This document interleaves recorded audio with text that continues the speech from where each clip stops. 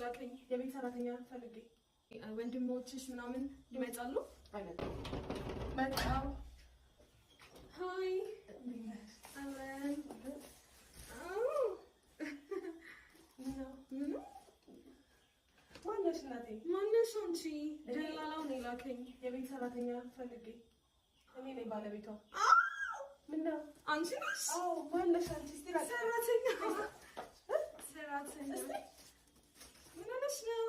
ደላላው ይላከሽ በድሎ ይላከሽ አንቺ ነው የቤት ሰው ትችያለሽ አዎ አንቺ ነሽ ባለቤቷ ነኝ እናቴ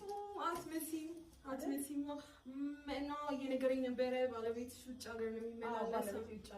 ቤታችሁ ያምራል ዘበኛ ምናምን የለውም አፓርታማ ነው ግቢው ነው የሚጠበቀው እንዴ ኦኬ ወንድሞችሽ ምናምን ይመጣሉ አይመጡም እኔ ብቻዬን ነኝ ልጆቹን ገና የሉኝም እንዴ ስንት ከፍለውሽ 2000 ብር 2300 ብር አለኝ ጨምሪላት በሂሳብ ተጣልተሽ ነው የወጣሽው ለምን አለባበስሽ አይመስልም እኔ እንዲህ ነው የምለብሰው ትችያለሽ ምን ዶሮ አልችልም